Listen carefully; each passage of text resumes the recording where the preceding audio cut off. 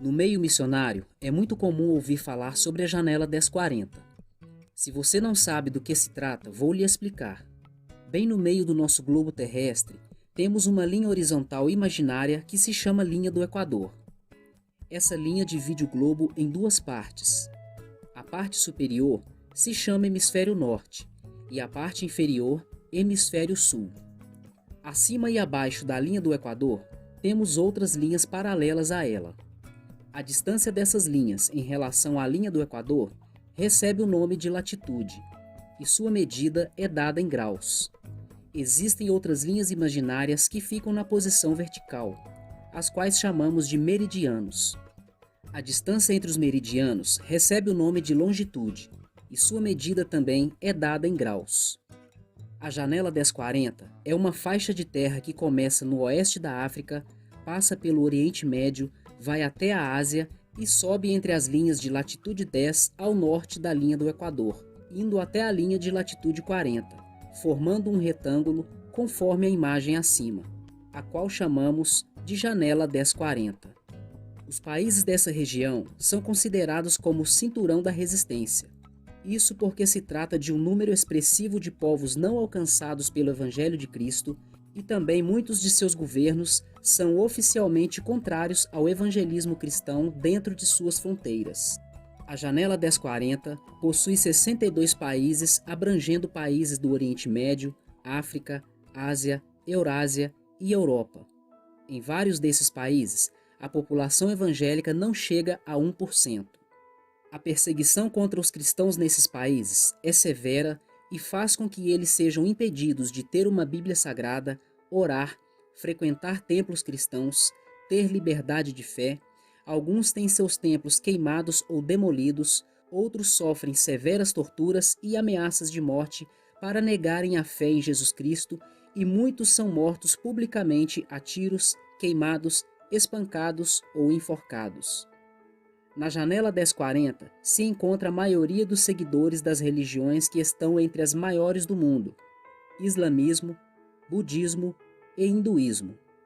É de se admirar a fé que esses crentes têm em Jesus, pois muitos deles, mesmo debaixo de ameaças e intensos sofrimentos, não o negam independente da situação ou circunstância. Em alguns países, como a China, por exemplo, existe a igreja subterrânea, que se reúne às escondidas para não serem pegos pelas autoridades. Já na Coreia do Norte, as pessoas são obrigadas a cultuar o ditador do país. Cada país tem seu traço cultural e atua de maneira particular em sua perseguição religiosa.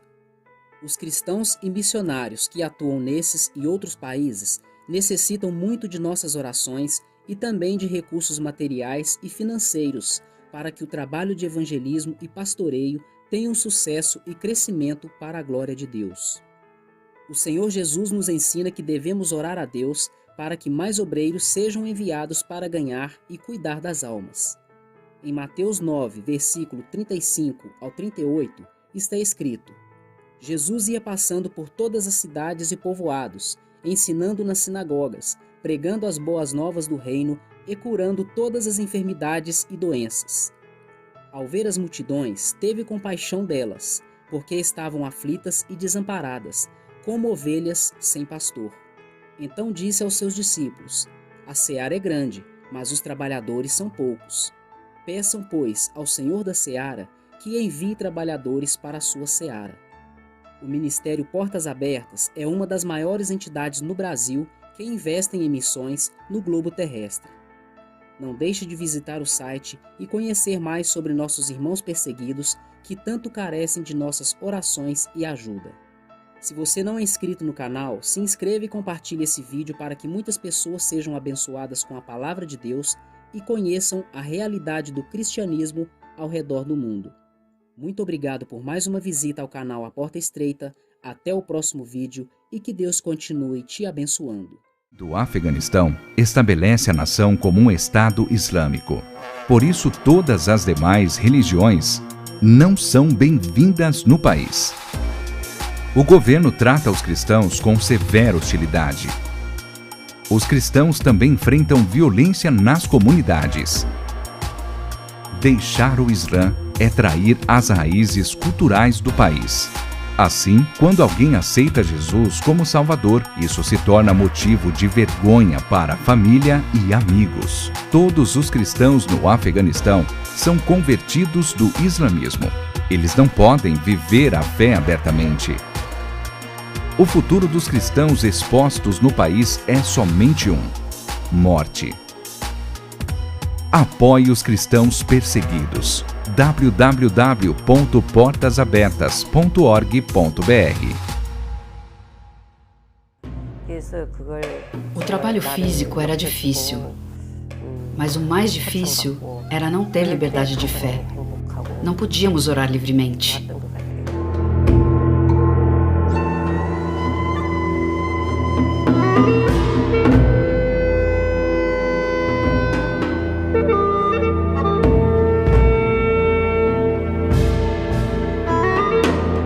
Campos de trabalho forçado. Quando fui para a prisão, vi que é uma parede de tijolos e uma cerca, para que ninguém possa escapar. A parede é muito alta. E no topo de um portão de ferro bem alto e escuro você lê: não fuja. Escapar é o caminho para a autodestruição. No alto também e em todos os campos do campo, há soldados vigiando com armas. E se algo acontece na prisão, eles estão prontos para atirar. Ryu, uma cristã perseguida norte-coreana, fugiu para a China após seu marido e filha falecerem. Quando foi descoberta, ela foi levada de volta à Coreia do Norte, a um dos muitos campos de trabalho forçado espalhados pelo país. Eu tentei o meu melhor para viver com dignidade, mas na Coreia do Norte não havia como, principalmente naquela época. E como meu marido morreu como cristão na prisão, eu realmente não poderia viver mais lá. Achei que morreria sem valor naquele país como todos os meus familiares. Então, decidi fugir para a China. Campos de trabalho forçado, assim como a morte, servem de punição aos cristãos da Coreia do Norte. A punição não está reservada somente ao cristão, mas também a toda a família. Haviam diferentes trabalhos dentro da prisão. Alguns plantavam, outros trabalhavam com construção, outros eram mineradores. Havia vários setores diferentes. Homens e mulheres ficavam separados. E todos os prisioneiros pareciam estar prestes a desmaiar. Eles estavam desesperados e morrendo de fome. Cada um recebia apenas um punhado de milho para comer. Qualquer um que se tornasse parte daquele grupo não sobreviveria por mais de 6 meses. Como a maioria não tinha fé em Deus ou qualquer coisa da qual dependesse, muitas pessoas acabaram morrendo. Então, coloquei minha fé em Jesus, que prometeu estar comigo mesmo no caminho mais escuro. Fiquei tão emocionada, porque o Senhor me disse que me ajudaria. Porque Ele me disse para eu não me preocupar. Eu poderia atravessar a cerca com fé de que eu não morreria. Eu orava no meu coração no meio da noite. Enquanto as pessoas estavam dormindo na prisão, eu acordava para orar em silêncio. Orava por todas aquelas pessoas que não sabiam sobre Deus. Eu orava para que Deus protegesse a igreja clandestina que meu marido iniciou ali. Para que o governo perverso desmoronasse e a liberdade de fé chegasse à Coreia do Norte. Orava para que a idolatria que persiste por gerações desaparecesse e que as pessoas se arrependessem, para que a prisão se quebrasse também. Apesar do cenário global apontar para mudanças no relacionamento com a Coreia do Norte, não existem sinais de melhora para as vidas dos mais de 300 mil cristãos no país. Estima-se que hoje, mais de 50 mil deles estejam em campos de trabalho forçado. É por causa da graça de Deus que alguns saem da prisão vivos e que eu sobrevivi no meio daquela solidão. Deus me disse para compartilhar e sacrificar. E Ele também me disse para evangelizar. E enquanto eu espalhava o evangelho, Deus protegia a igreja clandestina. Envolva a sua igreja no DIP 2019 e continue fortalecendo os irmãos da Igreja Secreta na Coreia do Norte.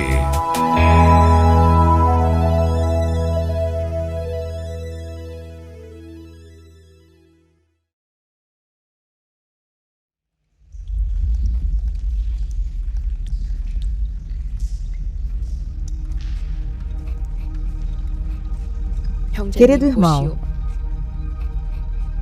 nós estamos bem e em paz, graças a Jesus Cristo e suas orações.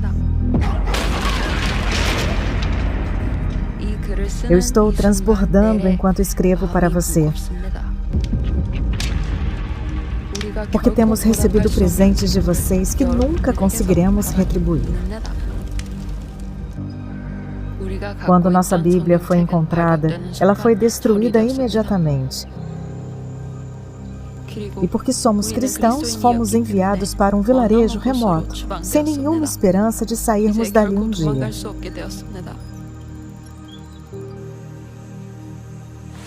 O trabalho era árduo.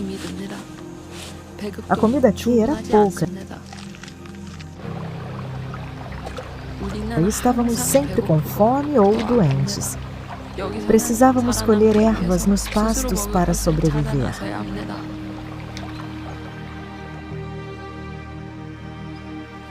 Mas todas as manhãs, ao abrir os olhos, eu sinto a presença do Senhor e agradeço ao nosso Deus Pai.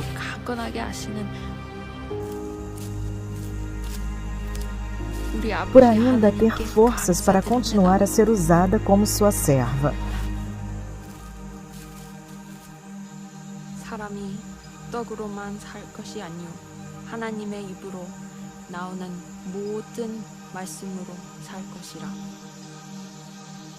Mesmo com muita dificuldade, eu recentemente consegui cruzar a fronteira para a China. Aqui, encontrei outros cristãos. Eles me deram comida, remédios e, pela graça de Deus, uma nova Bíblia. Me ofereceram um lugar para ficar na China. Isso significaria que estou livre, mas não consigo abandonar minha família e igreja, mesmo ela sendo tão pequena.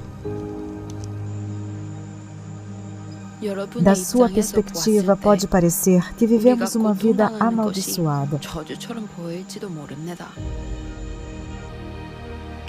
Porém, nós vemos tudo como bênção, um atalho até o Senhor. Ainda assim, irmão, eu tenho um pedido. Envie a nossa gratidão àqueles que continuam orando por nós. Como resultado, permaneceremos saudáveis e continuaremos a espalhar as boas novas pela Coreia do Norte. Sua irmã em Cristo, Bei.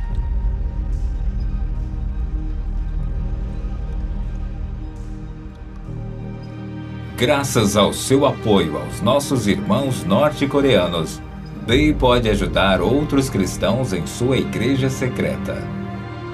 Há milhares de cristãos na Coreia do Norte como Bei. Eles contam com o seu apoio.